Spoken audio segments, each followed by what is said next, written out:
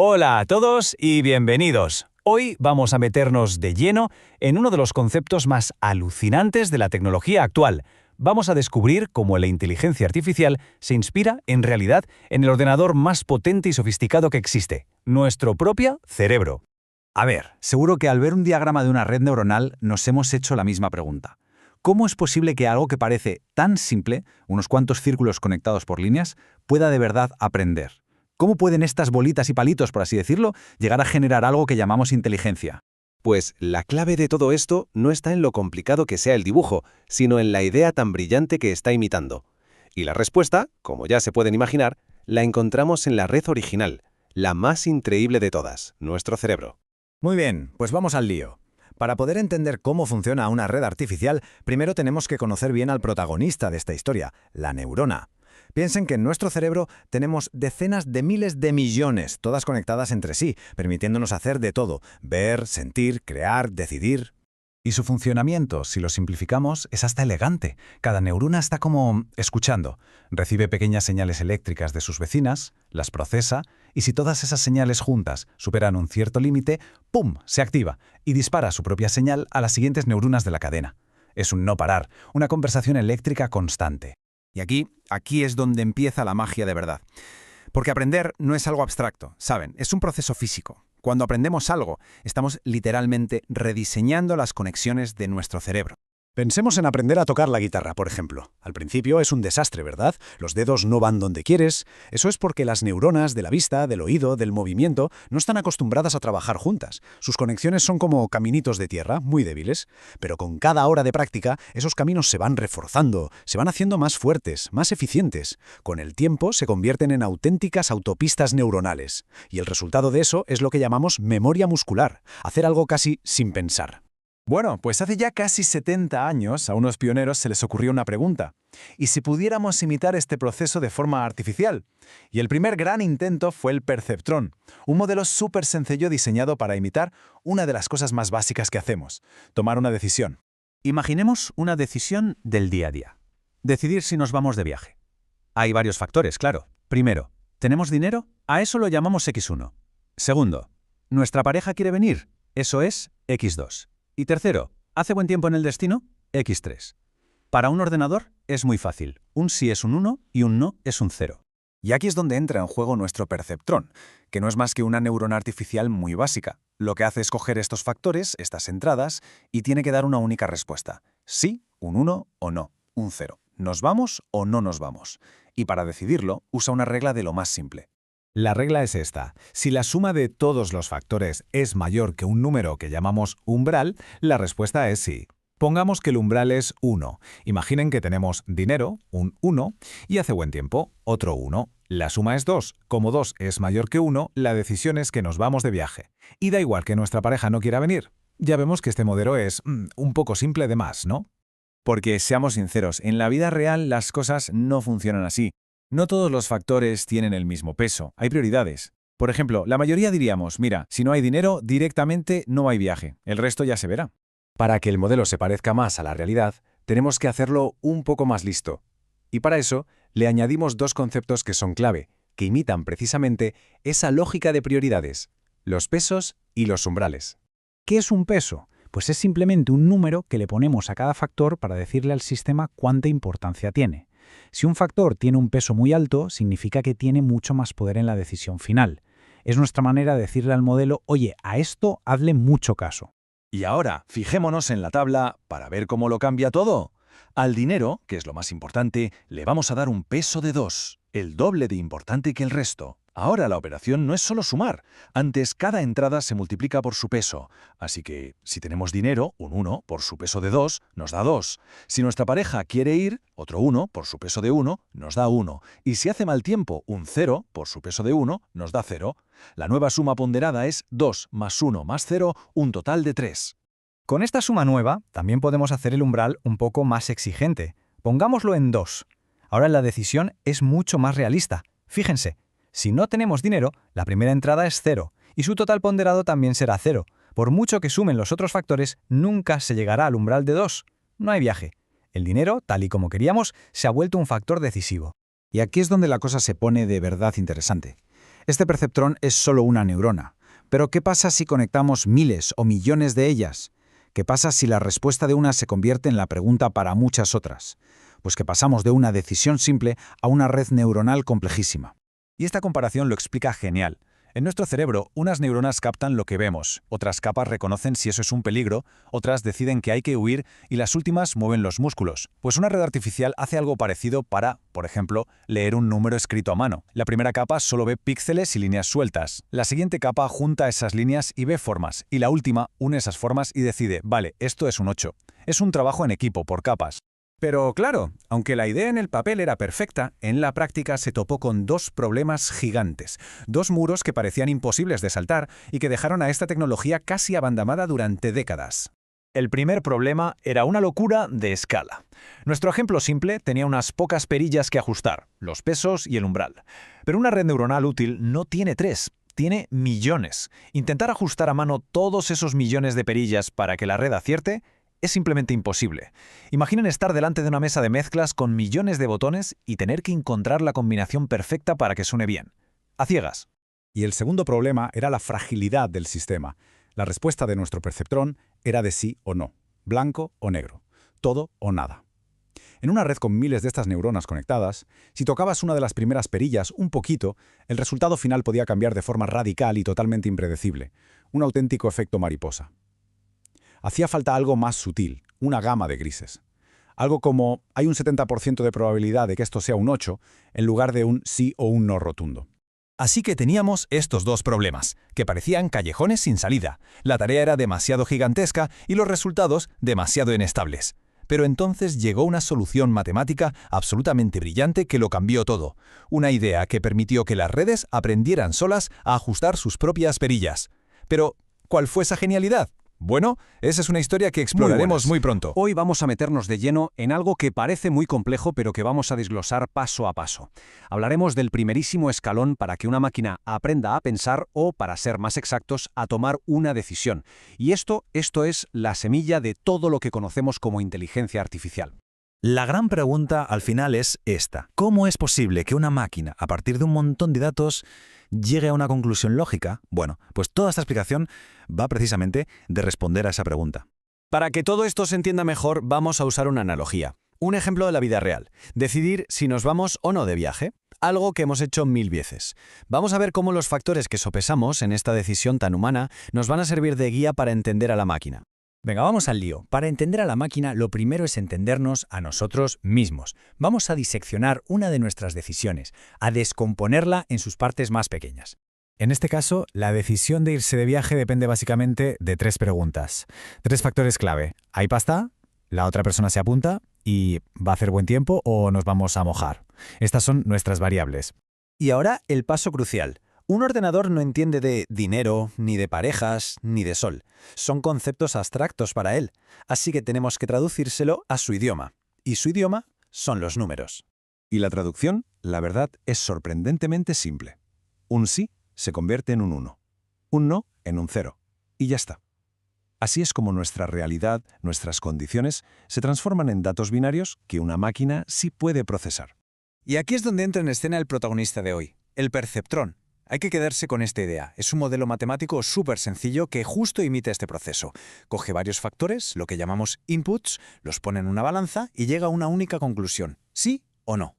Pero ¿cómo sabes si la balanza se inclina hacia un lado o hacia el otro? Pues usa una cosa llamada umbral. Pensemos en el umbral como si fuera la línea que hay que cruzar. Es una regla, un número que fijamos de antemano. Si la suma de todos los factores a favor supera ese número, la decisión está clara. Venga, ahora vamos a verlo en acción. Vamos a aplicar todo esto a nuestro ejemplo del viaje, para que quede clarísimo cómo funciona este perceptrón. El proceso que sigue la máquina es de 3 pasos, súper directo. Primero, convierte nuestras respuestas en unos y ceros. Segundo, suma esos números sin más. Y tercero, y último, compara el resultado con esa regla, con ese umbral que hemos fijado. Así que, imaginemos la situación. ¿Tenemos dinero? Sí. Pues eso es un 1 para la máquina. ¿Nuestra pareja quiere venir? Pues mira, no. Eso es un 0. ¿Y hace buen tiempo? Sí, un sol radiante. Otro 1. ¿Listo? Ya hemos traducido nuestra realidad a datos. Ahora el segundo paso, la suma. La máquina coge esos valores, 1 más 0 más 1. El resultado, obviamente, es 2. Este número, el 2, es el peso total de todos los factores que estaban a favor. Y aquí el momento de la verdad, la comparación. Pongamos que hemos decidido que nuestro umbral es de 1,5. La máquina solo tiene que comparar. ¿Es 2 mayor que 1,5? Pues sí, claramente. Como la suma ha superado el umbral, el resultado que nos da el perceptrón es un 1. Y si traducimos ese 1 de vuelta a nuestro idioma, significa sí. Decisión tomada. Nos vamos de viaje. Vale, ahora vamos a alejarnos un poco para ver la foto completa. ¿Por qué es tan importante este modelo tan simple? Pues porque lo que acabamos de ver es, en realidad, el origen de algo muchísimo más grande. Es como pasar de entender una sola neurona a imaginar cómo funciona un cerebro. Y esta es la idea clave de todo. Este perceptrón tan básico funciona como una neurona artificial. Es la célula, el ladrillo fundamental con el que se construyen esas redes neuronales gigantes y súper complejas que mueven el mundo de la inteligencia artificial hoy en día. Esta frase lo resume perfectamente. La magia del perceptrón es esa: ser un proceso que coge datos sencillos, datos en bruto, y los convierte en una conclusión con lógica. Y acabamos con una pregunta para darle una vuelta. Ahora que sabemos cómo va esto, pensemos, ¿qué otras decisiones de sí o no que tomamos todos los días podrían ser imitadas por un modelo como este? Si nos fijamos bien, la respuesta es que probablemente nos rodean por todas partes. Muy buenas. Hoy vamos a meternos de lleno en una de las ideas clave de la inteligencia artificial. Cómo una máquina, en su nivel más básico, llega a tomar una decisión. Y lo vamos a hacer con un ejemplo súper sencillo que cualquiera puede entender, uno de nuestro día a día. Así que, ¡vamos al lío! Esta es la gran pregunta, ¿verdad? Cuando oímos que una IA piensa o decide, ¿qué está pasando ahí dentro realmente? Bueno, pues la respuesta puede sorprender, porque no es magia, es pura matemática. Y todo empieza con algo que nosotros también hacemos constantemente: valorar la información. Antes de meternos con las máquinas, parémonos un momento a pensar en nosotros. Todos los días tomamos decisiones, cientos de ellas, y el proceso que seguimos, casi sin darnos cuenta, es la pista fundamental para entender cómo una IA empieza a razonar. Venga, imaginemos esta situación. Queremos organizar unas vacaciones. La decisión final, ese sí, nos vamos a este sitio, no sale de la nada, ¿a que no? Es el resultado de poner en una balanza un montón de factores distintos. Pues bien, este acto tan común va a ser nuestro modelo perfecto. A la hora de planificar, pues miramos cosas como el presupuesto que tenemos, si va a ser bueno o malo, qué se puede hacer en ese lugar o con quién vamos a ir. Cada uno de estos puntos es un dato, una pieza del puzzle. Para una inteligencia artificial, estos serían sus datos de entrada. Y aquí, ojo, llega el punto clave de todo esto. No todos esos factores pesan lo mismo en nuestra decisión final. De forma casi automática, nuestra cabeza crea una jerarquía, una lista de prioridades. Pues las máquinas, para poder decidir, tienen que hacer exactamente lo mismo. A ver, pensemos en este ejemplo. El dinero es un factor decisivo. Si no hay presupuesto, simplemente no hay viaje. Se acabó. Es fundamental. En cambio, el clima, hombre, es importante, claro, a todos nos gusta que haga sol. Pero ¿podríamos ir a un sitio increíble aunque el tiempo no esté garantizado? Es algo bueno, pero no es imprescindible. Le damos, por tanto, más importancia al dinero que al clima. Pues bien, esa importancia que nosotros le damos a cada factor es lo que en el mundo de la IA se llama peso. Así de simple. Un peso no es más que un número que le dice al sistema: oye, a este dato hazle más caso que a este otro. Es la forma de traducir nuestras prioridades a un lenguaje que una máquina pueda entender. Por ejemplo, siguiendo con nuestro viaje, podríamos darle un peso de 2 al factor dinero. Al asignarle un número más alto, le estamos diciendo a nuestro sistema de decisión que este dato tiene el doble de fuerza para inclinar la balanza hacia el sí o el no. Mientras tanto, a otros factores como el clima o las actividades, pues les damos un peso más bajo, un 1. Siguen contando, por supuesto, pero no son tan determinantes como el presupuesto. Esta simple forma de ponerle números a la importancia de las cosas es el primer pasito para que una máquina pueda valorar. Vale, ya tenemos los datos y su importancia. ¿Y ahora, cómo se junta todo esto? Pues en una estructura básica que tiene un nombre que suena a ciencia ficción, pero que es la base de todo: el perceptrón. Y sí, el nombre no es casualidad, suena a percepción, a algo biológico. Fijaos, un perceptrón tiene estos componentes. Ya conocemos las entradas, el dinero, el clima, y los pesos, la importancia de cada uno. Luego está el umbral, que es como la nota de corte que hay que superar para aprobar la decisión. Y finalmente, la función de activación, que es el juez final que mira la puntuación y dice sí o no. ¿La suma de todo supera el umbral? Si la respuesta es sí, nos vamos de viaje. Si es no, nos quedamos en casa. En resumen, el perceptrón es como el ladrillo fundamental de una red neuronal. Coge todos los factores, los multiplica por la importancia que le hemos dado y si el resultado total es lo bastante alto, se activa, lanza una señal de ¡adelante! Y esto nos lleva a la analogía más potente de todas. Un perceptrón es, en el fondo, un intento de imitar de una forma muy simple cómo funciona una neurona en nuestro cerebro. Es la pieza del Lego elemental con la que se construyen las inteligencias artificiales tan complejas que conocemos hoy. Hasta ahora hemos visto cómo una máquina toma una decisión basándose en reglas fijas, en los pesos que nosotros le hemos puesto. Pero la verdadera magia de la IA no está ahí, sino en su increíble capacidad para aprender. Y todo empieza, precisamente, con esos pequeños números, con los pesos. Y os dejo con esta idea para que le deis una vuelta. Hemos estado asignando los pesos a mano. Pero, ¿y si la propia máquina, a base de experiencia, de aciertos y errores, pudiera ir ajustando esos pesos por sí misma? ¿Y si aprendiera que para un viaje de surf, el clima es en realidad más importante que el presupuesto? Eso, amigos, eso es el corazón del verdadero aprendizaje automático. Oye, ¿alguna vez nos hemos parado a pensar cómo es posible que un teléfono sepa que en una foto hay un gato? ¿O cómo un asistente de voz entiende perfectamente lo que le estamos pidiendo? Bueno, pues detrás de toda esa magia está la inteligencia artificial. Y hoy vamos a meternos de lleno en su secreto, en lo más fundamental, cómo una máquina consigue aprender a pensar partiendo de la idea más simple de todas. Aquí es donde empieza lo interesante, el gran reto. Para cualquiera de nosotros esto es un gato, es obvio, pero para una máquina eso es otra historia. Para ella solo es un mosaico gigante de números, un código que representa cada píxel. No ve bigotes, ni orejas, ni nada. Solo ve datos en bruto, un caos de números. Entonces, la pregunta del millón es, ¿cómo se puede pasar de ese lío de números a un concepto tan claro como gato? Pues la respuesta, curiosamente, está en imitar a la naturaleza. A ver, pensemos en algo enorme, como un rascacielos. ¿Por dónde se empieza a construir? Pues por un solo ladrillo, ¿verdad? Pues con la inteligencia artificial pasa exactamente lo mismo. Antes de poder hacer cosas alucinantes como reconocer caras o componer música, se necesita la pieza más básica de todas. Así que vamos a buscar y a aislar ese ladrillo fundamental del pensamiento artificial. Y aquí la tenemos. A la izquierda, una neurona de nuestro cerebro. ¿Qué hace? Recibe impulsos eléctricos y ¡pum! Decide si se activa, si dispara o no. A la derecha, su gemela digital, la neurona artificial. Y ojo, porque su trabajo en el fondo es igual de simple. Recibe unos datos y toma una decisión binaria, un sí o un no, un 1 o un 0. Podemos imaginarla como un pequeño interruptor de la luz, ¿vale? O se enciende o se apaga, nada más. Pero claro, un solo interruptor, ¿qué hace? Enciende una bombilla. No puede iluminar una ciudad entera, ¿no es así? Pues con una única neurona artificial pasa exactamente lo mismo. Por sí sola es muy limitada, no puede hacer gran cosa. La verdadera magia, el truco, aparece cuando juntas miles, millones de estos pequeños interruptores y los pones a trabajar en equipo. Es justo ahí donde empieza a surgir algo que ya se parece a la inteligencia. Y a esta organización, a este gran equipo, es a lo que llamamos una red neuronal multicapa. La clave de todo esto está en cómo fluye la información. La decisión que toma una neurona se convierte en la pregunta para la siguiente. Es como el juego del teléfono, ¿nos acordamos? Pero con una diferencia brutal. Aquí el mensaje no se estropea, todo lo contrario.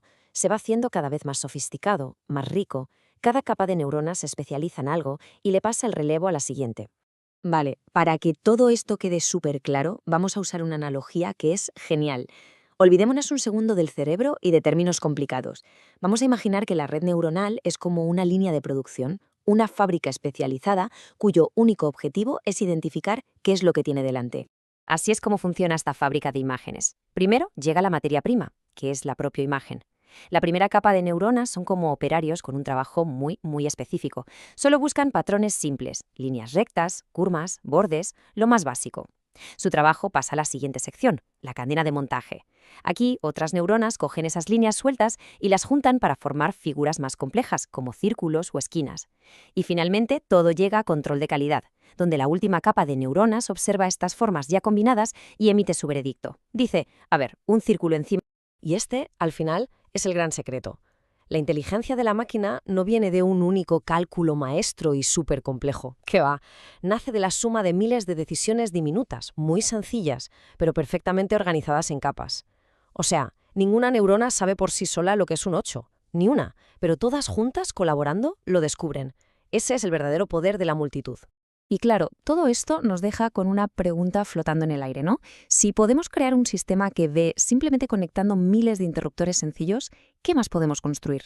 Si la complejidad, al final, es solo una cuestión de escala, de conectar más y más piezas simples, ¿cuáles son los límites? ¿Existe un límite para la inteligencia que podemos llegar a crear?